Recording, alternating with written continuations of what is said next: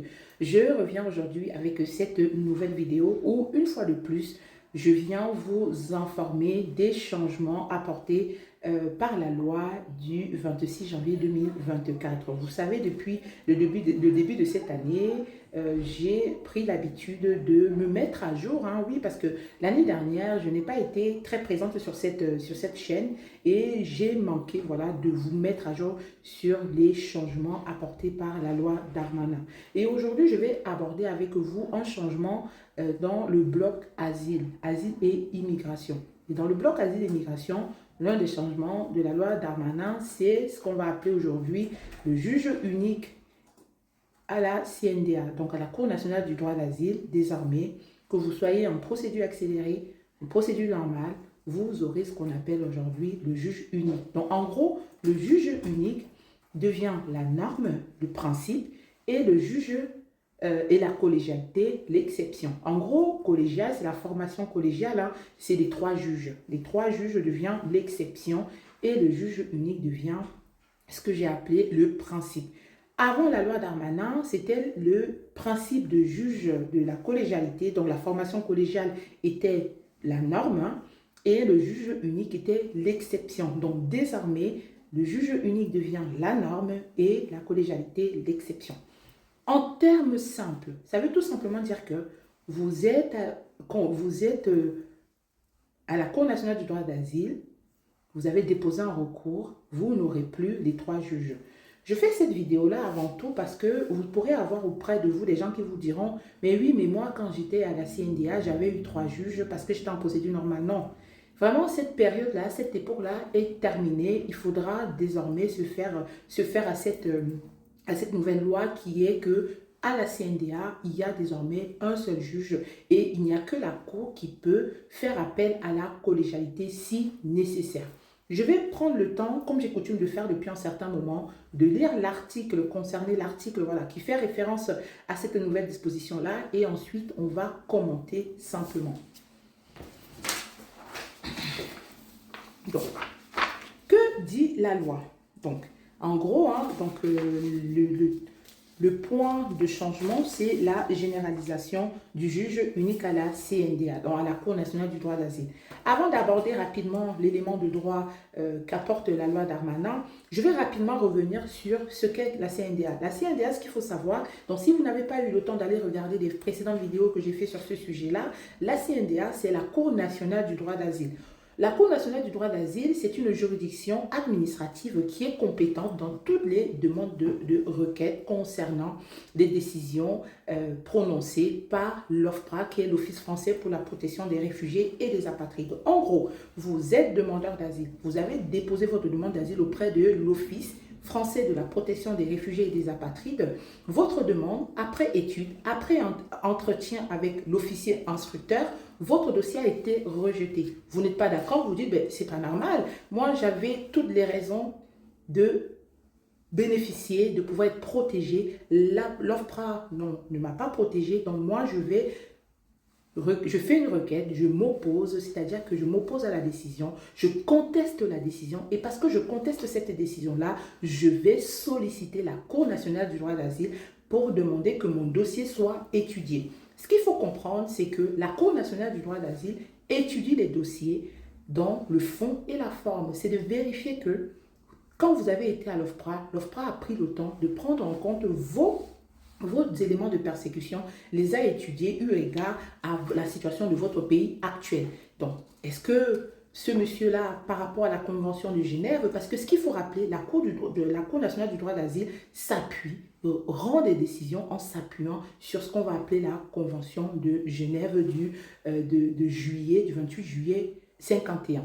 Donc, la Convention de Genève, c'est vraiment la base, c'est le test de loi, c'est le cadre de référence quand on parle de l'accompagnement des demandeurs d'asile. Donc, comme je disais tantôt, donc votre dossier va être étudié par cette cour-là, et cette cour-là, elle est située à Montreuil. Donc, la loi de Darmanin apporte 2 changements à la CNDA. Le premier changement, c'est ce que je vous ai dit en début de vidéo, c'est ce qu'on va appeler le juge unique. Et là, le deuxième changement, que je ne vais pas aborder, mais dont je vais quand même énoncer le titre de la vidéo à venir, que je vais poster peut-être la fin de la semaine, ça va être ce qu'on va appeler les chambres territoriales. C'est-à-dire que la Cour va enfin créer des chambres territoriales qui seront dans 4 villes, notamment Bordeaux, Nancy, Toulouse, et il y a une autre troisième ville, Bordeaux, Nancy, Toulouse et Nantes. Voilà, 4 villes. Bordeaux, Toulouse, Nantes et Nancy. Voilà, la territorialisation de la Cour, c'est tout simplement que désormais, il y a des chambres qui seront au plus près des requérants, dont les personnes, selon certains critères bien définis, iront directement dans ces chambres-là. Ce n'est pas l'objet de cette vidéo. Je vais aborder dans cette vidéo que la notion de juge unique. Que dit la loi par rapport à cette notion de juge unique? Donc, on dit que finalement, à la Cour nationale du droit d'asile, il y a ce qu'on va appeler la généralisation du juge unique à la CNDA. Oui, généralisation du juge unique à la CNDA. Que dit la loi? Je vais vous lire le texte de référence. Donc, il y a du coup la modification de l'article L131-3A qui devient du coup L131-9 du CESEDA. Alors qu'initialement, les décisions de la CNDA étaient rendues en principe par 3 juges pour les procédures normales essentiellement, la loi de janvier 2024 vient généraliser la formation en juge unique pour tous les recours formés devant la Cour. La formation à juge unique qui était notamment réservée aux personnes en procédure accélérée ayant fait l'objet d'une décision d'irrécevabilité à l'OFPRA deviendra la formation de jugement de principe. La loi prévoit cependant que la Cour pourra à tout moment renvoyer l'affaire dès qu'une question le justifie devant une formation collégiale composée d'un président et de 2 accesseurs nommés par le Conseil d'État, dont l'un sur proposition du Haut Commissariat des Nations Unies. En gros, pour les réfugiés de HCR. Que dit la loi? La loi dit tout simplement que désormais, si vous êtes convoqué à la Cour nationale du droit d'asile, donc la promulgation, c'est-à-dire que le juge unique, il est rentré en vigueur dès la promulgation de la loi, c'est à savoir le 26 janvier. Donc, ce qu'il faut comprendre de cette vidéo, c'est que si vous êtes convoqué, si votre demande d'asile a été rejetée et que vous avez décidé de contester, quand vous irez à l'OFPRA, vous n'aurez pas 3 juges. Vous n'aurez qu'un seul juge. Un seul juge parce que c'est la loi désormais qui le veut, c'est la loi désormais qui l'a mis en œuvre. Vous allez certainement me poser la question ou vous allez certainement vous poser cette question-là. Mais ok, qu'est-ce que ça change pour nous? Bon, quand il y avait 3 juges, quand vous étiez en procédure normale et que votre dossier était rejeté à l'OFPRA et que vous faites une requête et qu'à la requête, vous allez à la CNDA, vous êtes convoqué à la CNDA. Donc, l'avantage quand il y avait 3 juges, c'était que la majorité l'emportait. Ça veut dire quoi que la majorité l'emportait? Ça veut dire que quand vous aviez 3 juges, avant il y avait 3 juges. Donc quand vous aviez 3 juges, donc il suffisait que 2 des juges soient pour vous, soient en faveur de ce que vous dites. C'est-à-dire que 2 juges étaient convaincus par les éléments que votre avocat, le conseil et vous aviez ramenés pour que vous ayez une décision positive.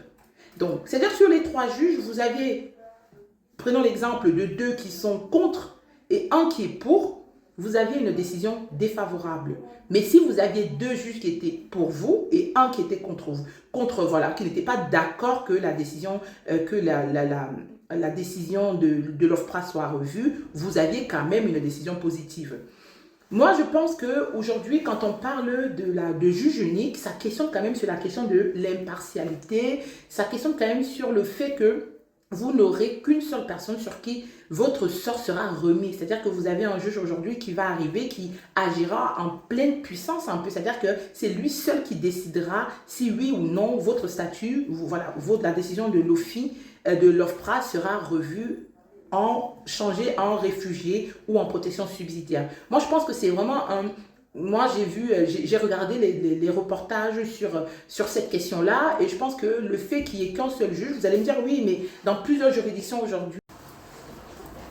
Donc, ce qu'il faudra faire, c'est-à-dire qu'aujourd'hui, il faudra vous préparer en conséquence en vous disant que quand vous allez désormais à la CNDA, vous n'allez plus essayez de convaincre. Vous n'allez plus convaincre 3 juges, vous n'allez convaincre qu'un seul.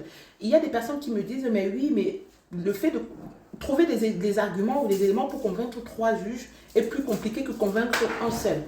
Moi, je suis vraiment de l'avis opposé parce que je pense que quand il y a 3 juges, il suffit d'avoir apporté des éléments qui vont pertinents, qui vont toucher l'un ou deux des juges pour avoir une décision favorable. Le fait d'avoir qu'un seul juge, il y a le positif et le négatif. Ça veut dire que si vous arrivez avec des éléments précis, des éléments pertinents, cohérents, vous avez des fortes chances d'avoir une autre décision positive. Mais à l'inverse, si vous arrivez avec une histoire qui ne tient pas debout et que vous essayez voilà, de vous défendre alors que l'histoire en soi, elle n'est pas cohérente, elle n'est pas pertinente, vous allez tout de suite avoir votre dossier rejeté. Une autre chose à mettre en avant, c'est le fait que si vous avez autour de vous des personnes qui ont été convoquées il y a 2 ans, des personnes qui ont fait des demandes d'asile jusqu'en 2024, jusqu'en janvier 2024, ne les écoutez pas. D'ailleurs, je vais faire une vidéo sur on m'a dit que, mon pote m'a dit que, parce que ça commence à être lourd et pesant. J'ai autour de moi de plus en plus de personnes qui me sollicitent en me disant oui, telle personne m'avait dit que non, arrêtez d'écouter des gens qui vous disent qu'il ne faut pas faire ci, ou alors arrêtez de dire, écoutez des gens qui vous disent que oui, ce n'est pas vrai, qu'il n'y a pas de juge unique. Connectez-vous, allez sur le site de la CNDA. Si vous voulez être un peu curieux, vous poussez. Je vais mettre en référence les articles de la loi du CESEDA. Donc, si vous êtes un peu curieux, vous allez sur le site de la CNDA et vous regardez concrètement ce qui change pour la CNDA. Je vous ai dit qu'il y a 2 éléments qui changent pour la CNDA. Il y a pour la Cour nationale du droit d'asile, il y a donc le juge unique. Et prochainement, je ferai la vidéo sur les chambres territoriales, la territorialisation de la CNDA. Donc, d'ici là, portez-vous bien, partagez la vidéo, bien évidemment, parce que ça peut toujours aider, même si vous n'êtes pas en demande d'asile. Et c'est d'ailleurs très gentil parce que j'ai pas mal de personnes qui me suivent, qui ne sont pas en demande d'asile, qui m'ont dit qu'elles partageaient mes vidéos parce qu'elles les trouvaient pertinentes. Donc, merci d'emblée, merci, parce que vraiment, ça me fait plaisir. D'ici là, portez-vous bien, partagez la vidéo, abonnez-vous si ce n'est pas fait et on se dit à très vite pour la vidéo sur la chambre territoriale de la CNDA.